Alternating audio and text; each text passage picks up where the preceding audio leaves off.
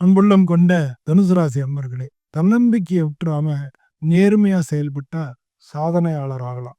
பொதுவா இந்த வாரத்த பொறுத்தளவுல மே மாசம் 5ஆம் தேதியிலேருந்து மே மாசம் 11ஆம் தேதி வரைக்கும் உங்களுக்கு எப்படி இருக்குன்னு பார்க்க போறோம்.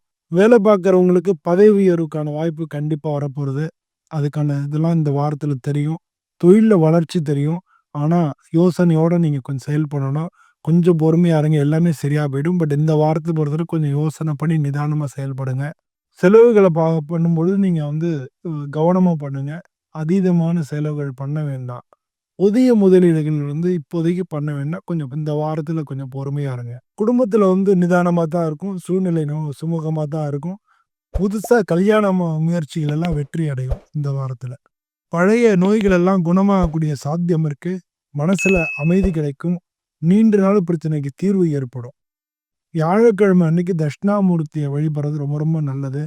ஓம் நமோ நாராயணாயா அப்படின்னு நீங்க வந்து அ ஜெபம் பண்ணலாம். அத சொல்லி நீங்க ஜெபம் பண்ணலாம். அதிர்ஷ்ட நிறம் வந்து மஞ்சள். அதிர்ஷ்ட எண்கள் 3, 6, அதிர்ஷ்ட நாள் வியாழக்கிழமையும், சனிக்கிழமையும்.